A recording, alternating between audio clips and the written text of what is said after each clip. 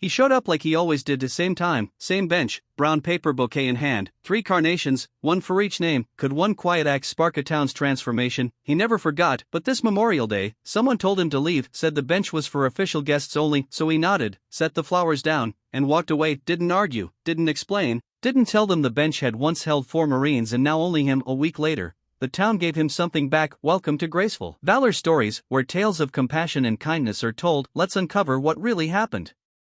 The sun rose quiet over Redwood Springs, Kentucky, not in a hurry, just a soft, steady light spilling over rooftops, stretching across the dew-damp grass of Riverside Park. It was Memorial Day, not the parade kind, not flags on every post or fighter jets overhead, just the small-town version, hand-painted signs, a few folding chairs, and a podium near the war memorial made of old river stone. Walter Briggs had been coming here for 32 years, always the same time, always the same bench, Section C, 3rd row from the fountain, the bench with one cracked plank on the backrest, the wood faded gray by sun and years. He arrived just after 7, not because of any schedule, but because that's when he used to meet his friends Eddie, Marcus, Roy, 3 names now etched into cold brass somewhere in another part of the park. Walter was the last one, 82 years old. He still walked on his own, slow but steady, still wore the same olive-colored cap, threadbare at the edges, with the faded emblem of the Marine Corps stitched across the front, still folded his bouquet the same way, wrapped in brown paper, tied with twine, 3 carnations, one for each. He never brought a 4th. People in town didn't really notice him anymore. He lived in a mobile home south of Maine, no kids, no close family, a quiet man who paid his bills on time, nodded to neighbors at the mailbox,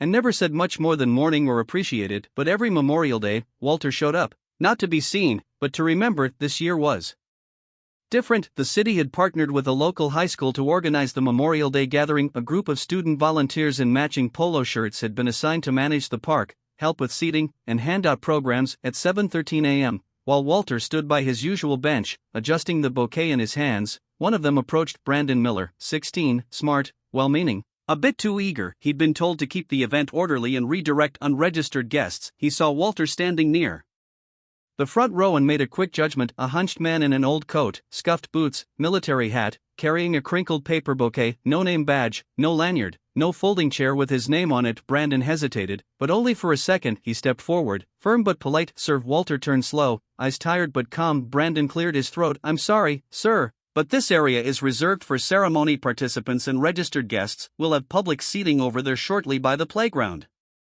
Walter looked at the boy for a moment, not angry, not hurt, just still. Then he glanced down at the bench, that old slab of wood that once held 4 young Marines back from a war no one understood. Now it was dressed with a white cushion and a paper program. Walter set the flowers down carefully, like placing something sacred. He didn't argue, didn't explain, didn't say the names. He just gave a quiet nod, tipped his cap slightly, and turned away. Could this dismissal ignite a movement? Brandon watched him go, unsure, unsettled. The sun was getting brighter, the volunteers were setting up water coolers. Someone turned on the loudspeaker system, testing a mic with a loud thump. Walter walked slowly toward the edge of the park. No one followed, no one stopped him. Behind him on the bench, the paper bouquet sat untouched, 3 carnations, brown paper tied with twine, no tag, no name, just memory, and a chair no one understood except the man who walked away from it.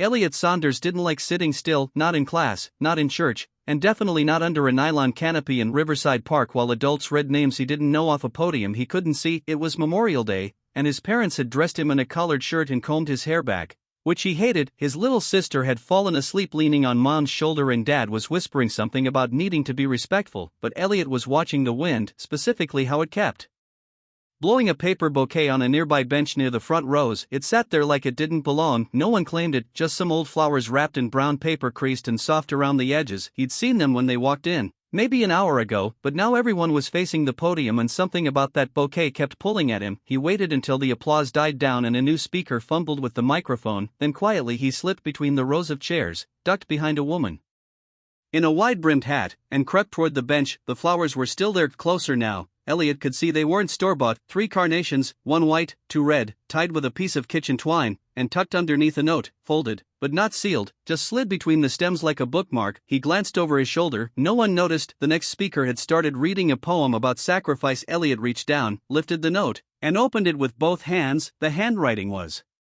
old, slanted, careful. It read, for Eddie, for Marcus, for Roy, still remembering it. W, that was it. 3 names, 1 letter, no last names, no explanation, but somehow it felt heavier than the whole ceremony. Elliot stared at the names, his fingers tightening around the paper. Then he looked back at the crowd. He hadn't seen who left it, but someone had come. Someone who remembered, and now their memory was being left to blow in the wind. Could this discovery change a young boy's perspective? He made up his mind. Elliot scooped up the bouquet, folded the note, and tucked it into his shirt pocket. Then he turned and jogged back to his seat, heart thumping for reasons he didn't understand yet.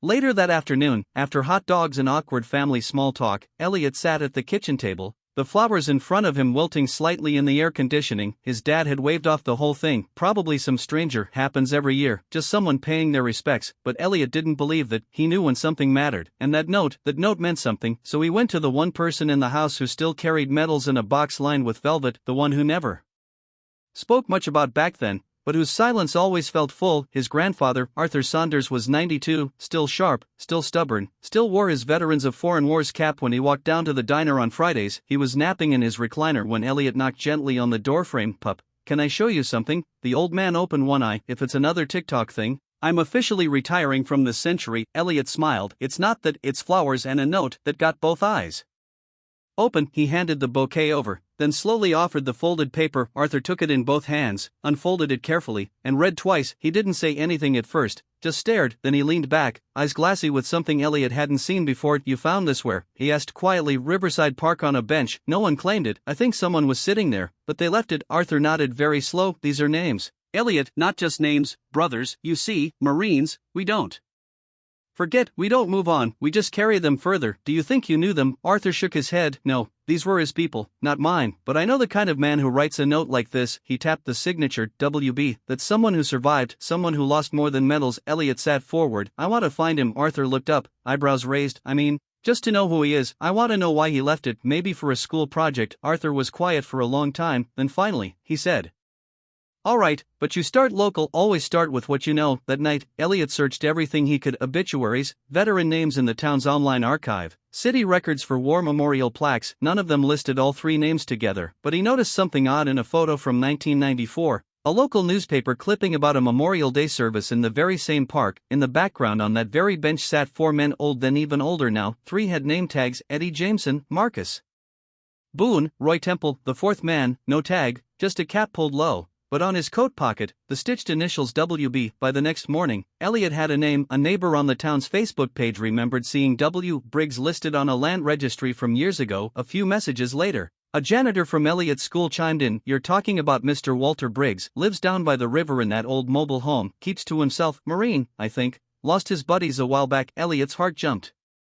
He printed out the article, folded the photo, tucked the note back in his pocket. Then he asked his mom if they could drive down toward the river after school. She agreed, half curious, half concerned. They parked outside a row of aging trailers where the gravel gave way to wild grass. Elliot stepped out, holding the flowers, now slightly browned, and walked up to the one with the small flag hanging over the porch. He knocked, the door creaked open halfway. A man in a soft flannel shirt, sleeves rolled, gray at the temples, cap on his head, eyes quiet but watchful. "Mr. Briggs?" Elliot asked, voice small. Walter didn't answer right away, then gently, "Yes." Elliot swallowed. I think you left something behind yesterday." He held out the folded note. Walter looked down at it and something in his face changed just slightly. He didn't reach for it. Elliot waited, then said, "I'm Elliot. I found your flowers and I think Eddie, Marcus, and Roy would want people to remember them." Silence. Then Walter stepped onto the porch, sat down slowly in the wooden chair, took the note with two fingers. "You're the first person to say their names in 15 years, he said softly. Elliot sat on the steps quietly, and for a long moment, neither of them spoke. The breeze moved through the weeds, a bird landed on the railing, and the boy who couldn't sit still didn't move at all. Could this encounter rewrite their town's story? Walter didn't expect the boy to come back. Most don't. Most mean well, ask a question or two, then move on. But Elliot Saunders was different. He didn't just ask, he listened. He didn't just take notes, he came back the next day with them, typed, annotated, and color-coded. Walter didn't have the heart to tell him he wasn't a project, that the war he carried wasn't one you could grade with a rubric. Still, Elliot returned 2 days, then 3, and then one afternoon. Elliot brought company. Mrs. Kate Holloway, 7th grade history teacher, 35, sharp-witted with a voice that could steal a room or comfort a child in the same breath, and Mr. Callahan, the school principal, tall and thin and kind, with hands that never stopped clasping and unclasping nervously. They stood on Walter's porch, sun in their eyes, a clipboard in Mrs. Holloway's hand. "We'd like to invite you," she said gently, "to speak at our Memorial Week assembly. Just 20 minutes, it's a small thing, but the kids, they need to hear from someone who lived it." Walter shook his head before she even finished. "No.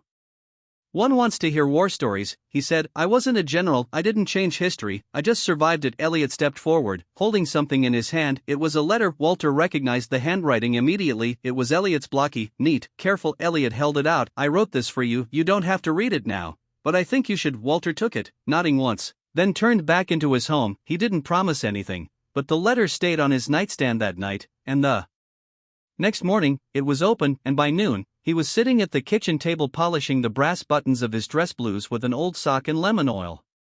The auditorium wasn't large, just enough to see 300 students, a handful of faculty, and a few curious parents. Elliot stood backstage, nervously adjusting the microphone clip to his collar. His voice had cracked twice during rehearsal, and he was praying it wouldn't betray him again. Brandon stood in the corner, arms crossed, eyes on the floor. He hadn't spoken much since Elliot told him everything, told him who the man was, what he had done, and what he had walked away from quietly.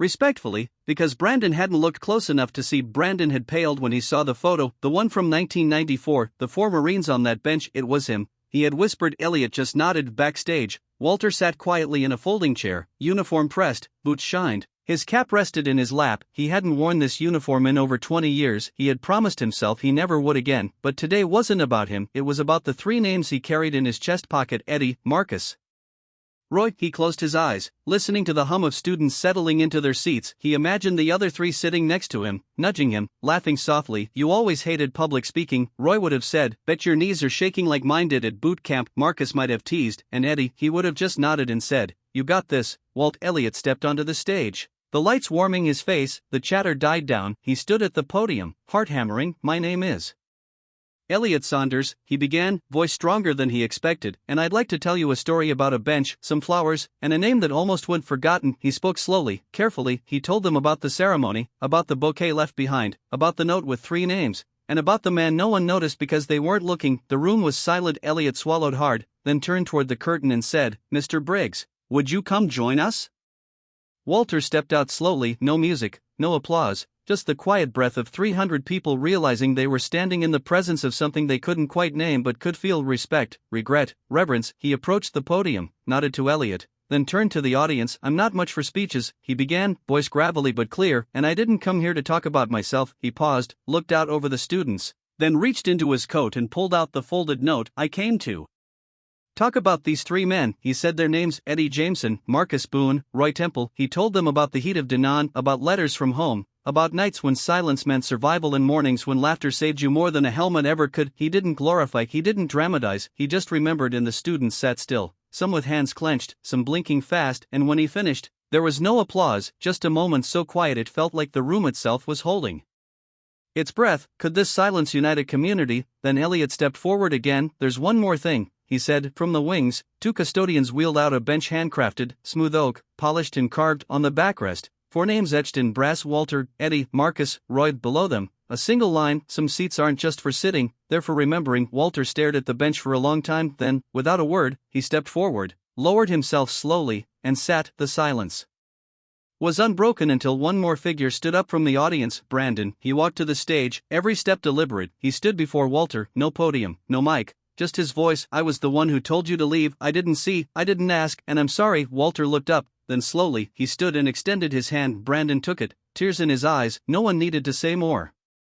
That afternoon, the bench was moved to Riverside Park, not in the back, not hidden, but front and center, facing the memorial stone, in the same row Walter always sat. The same morning next year, Walter would be there again, but this time, he wouldn't be alone because Elliot would be beside him, and maybe Brandon, too, and maybe, just maybe, the next generation wouldn't forget to ask the names. It had been just 7 days, but in a small town like Redwood Springs, 7 days was enough for news to spread, enough for stories to ripple through coffee shops and corner barbershops, enough for the high school gym to still carry the hush of a silence too sacred to forget, and enough time to build something that would last. The city, prompted by a school board resolution and a stack of hand-signed letters from Elliot's entire class, had agreed there would be a new memorial bench dedication. Nothing grand, no fireworks, just a quiet gathering, a tribute not just to those who were lost, but to the ones who remembered, even when no one else did. The morning sun filtered gently through the old oak trees in Riverside Park. There were no loudspeakers, no guest list, just the slow assembling of neighbors, veterans in weather jackets, children holding handmade flags, teachers in Sunday clothes. Even though it was Friday, at the front facing the war memorial stood a newly laid section of stone path lined with 4 benches, smooth oak, dark stained, and anchored deep in the soil, the fourth one, the one on the end was the oldest, still cracked at the backrest, still worn from decades of sun and memory. That one belonged to Walter. He arrived at 7:01 a.m. like always, not dressed in full uniform this time, just the soft flannel shirt he wore every fall, the marine cap tilted low, and a clean pair of boots he hadn't bothered to scuff. In his hand, the same brown paper bouquet, 3 carnations tied with twine, at the end of the path, just beyond the circle of people. He saw it, the new benches.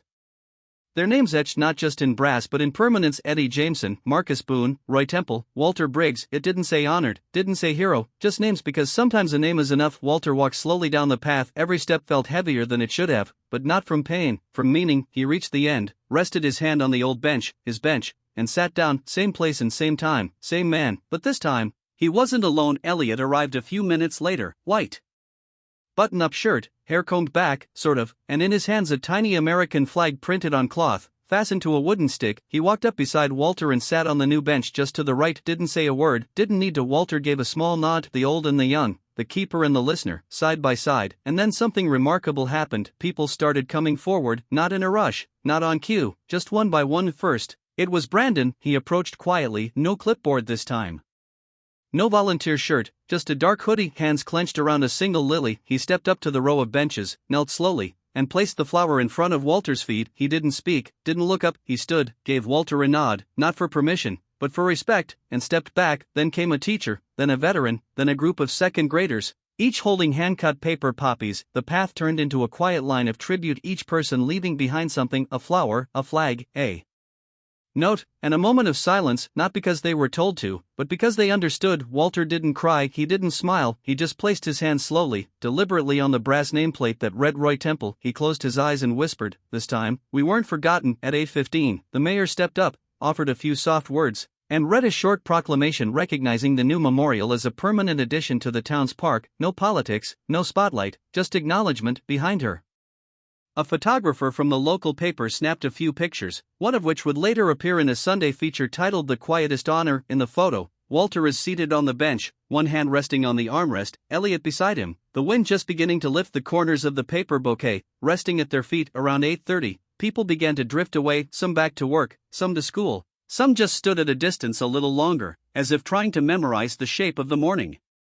Elliot stood too. He turned to Walter and said, "Can I leave this here?" He held up the tiny flag. Walter nodded, not too fast, not too slow, just enough. Elliot stepped forward and with both hands pressed the wooden stick into the soil beside the bench's leg. Then, on instinct, he turned to Walter and did something no one expected. He reached out, took Walter's hand, and placed the flag gently in his palm. Walter looked down at it, gripped it like a relic. Elliot gave a quiet smile, then he turned, walking up the path toward the trees. Halfway up, he stopped, turned around. Walter was still there, sitting still, eyes closed, head tilted toward the sun, the flag resting lightly in his lap, and the breeze moving gently through the branches above him. Some moments don't need a microphone, some legacies aren't carved into stone, they're carved into the hearts of those who finally stopped to see that Memorial Day. Redwood Springs didn't change the world, but it remembered something it had forgotten. It remembered that history isn't always loud, that some men returned from war not looking for glory, but for silence, and that sometimes silence deserves a place to sit down, a place with a name and a view of the flag in the morning sun on Oldwood. Because not every hero needs a parade, sometimes all they ever needed was a bench and someone willing to listen. That Memorial Day, the town learned something simple, sacred, and true. Not everyone needs a stage to be remembered, sometimes all it takes is a bench and someone who stayed long enough to ask the name. In our darkest moments, kindness still finds a way, often in the quietest places. Not everyone who helps wants recognition, some just need to know that today someone isn't going hungry, and sometimes that alone is enough to change a life. You may forget the story, but if no one retells it, history stays silent forever. Subscribe to Graceful Valor Stories, where justice is honored, kindness is remembered, and no act of quiet heroism is ever lost.